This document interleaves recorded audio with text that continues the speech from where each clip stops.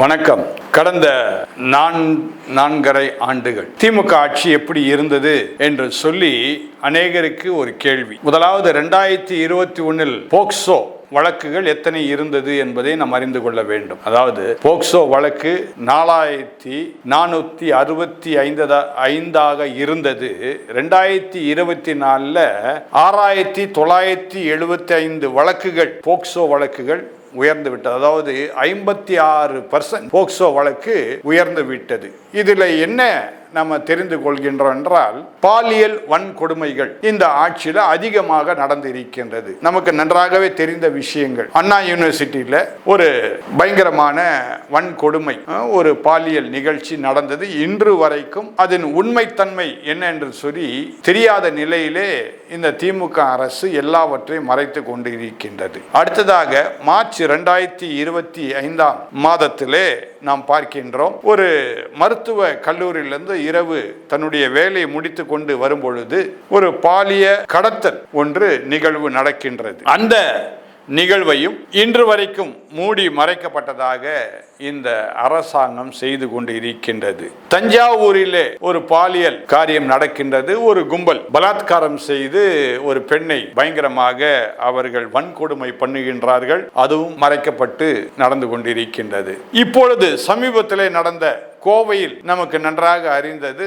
ஒரு காதலர்கள் இரவு நேரத்திலே அவர்கள் இருந்த காரில் போய் 3 பேர் அவர்களை அந்த காரை அடித்து நொறுக்கி அந்த காதலனை ஓடவிட்டு அந்த காதலியை எத்தனை விதமாக பலாத்காரம் செய்து பயங்கரமான நிகழ்வுகள் நடந்து கொண்டிருக்கின்றது. ஆனால் அருமையான முதலமைச்சர், திமுக அரசாங்கம் என்ன சொல்லுகின்றது என்றால், நாங்கள் பெண்களுக்கு பாதுகாப்பு கொடுக்கின்றோம். இவ்வளவு நேரம் நான் சொன்ன காரியத்தில் எல்லாவற்றிலும் இன்னும் நிறைய சொல்லலாம், அதுக்கு நேரம் பத்தாது. இப்படி அடுக்கிக்கிட்டே போயிட்டே இருக்கலாம். பெண்களுக்கான எவ்வளவு இழிவான காரியங்கள் கடந்த 4.5 வருடங்காலமாக நடந்து கொண்டிருக்கின்றது என்று சொல்லி, அப்படி என்றால் பெண்களுக்கு பாதுகாப்பு இல்லாத இந்த அரசாங்கம் நமக்கு தேவைதானா என்பதை முதலாவது பெண்கள் புரிந்து கொள்ள வேண்டும்.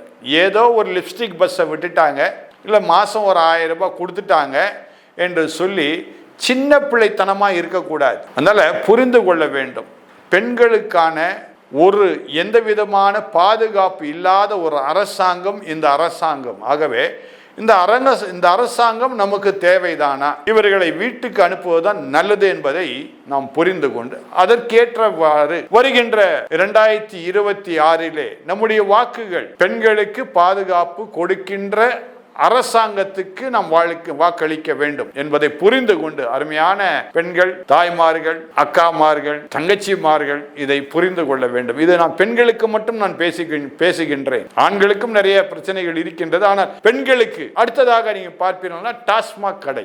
நான் அடியிருந்தது நான் சொல்கின்றேன். என்னுடைய ஆலயத்திலே ஒரு கொத்தனார் வேலை செய்தார். வேலை செய்யும் போது அவருக்கு ஒரு நாளைக்கு நான் 1200 ரூபாய் கொடுக்க வேண்டும். சரியாக மாலை 5:30 மணிக்கெல்லாம் அவருடைய மனைவி அங்கு வந்து நின்று விடுவார்கள். காரணம் என்னவென்றால் 1200 ரூபாயும் இவர் டாஸ்மாக் கடையிலே அவர் கொண்டு போய் அவர் செலவிட்டு விடுவார் ஃபாதர். அதனால அந்த சம்பளத்தை என் கையில கொடுங்கன்னு வந்து கெஞ்சிட்டு நிற்பாங்க அந்த பெண். அப்போ இந்த கொத்தனார் நான் சொல்லுவார், ஐயா அவங்கள்ட்ட 500 ரூபாய் கொடுத்துறேன், மிச்சம் 700 ரூபாய் எனக்கு வேணும். அப்போ ஒரு நாளைக்கு 700 ரூபாயில டாஸ்மாக் கடைக்கு இவர் கொடுக்கின்றார். அப்போ யாருக்கு கஷ்டம்? அந்த 500 ரூபாயில வைத்து அவர்கள் அந்த பிள்ளைகளை படிக்க வைக்க வேண்டும், பிள்ளைகளுக்கு சாப்பாட்டுக்கு வேண்டிய காரியங்களை எல்லாம் செய்ய வேண்டும், உடைக்கு வேண்டிய காரியங்களை செய்ய வேண்டும். அப்படின்னா பெண்களுடைய நிலைமை என்ன? ஆக இந்த அரசாங்கம் ஆரம்பத்தில் அவர்கள் சொன்னது என்னவென்றால், கொஞ்சம் கொஞ்சமாக டாஸ்மாக் கடைகளை நாங்கள் மூடி விடுவோம் என்று சொல்லி 2021 தேர்தல்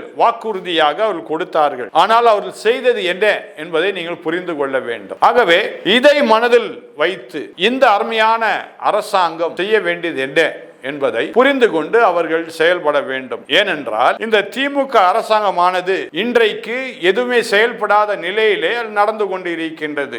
இதை நாம் புரிந்து கொள்ள வேண்டும். பெண்கள் விசேஷமாக இதை புரிந்து கொண்டு அவர்கள் நடந்து கொள்ள வேண்டும். காரணம், இந்த திமுக அரசாங்கம் கொடுத்த வாக்குறுதி என்ன?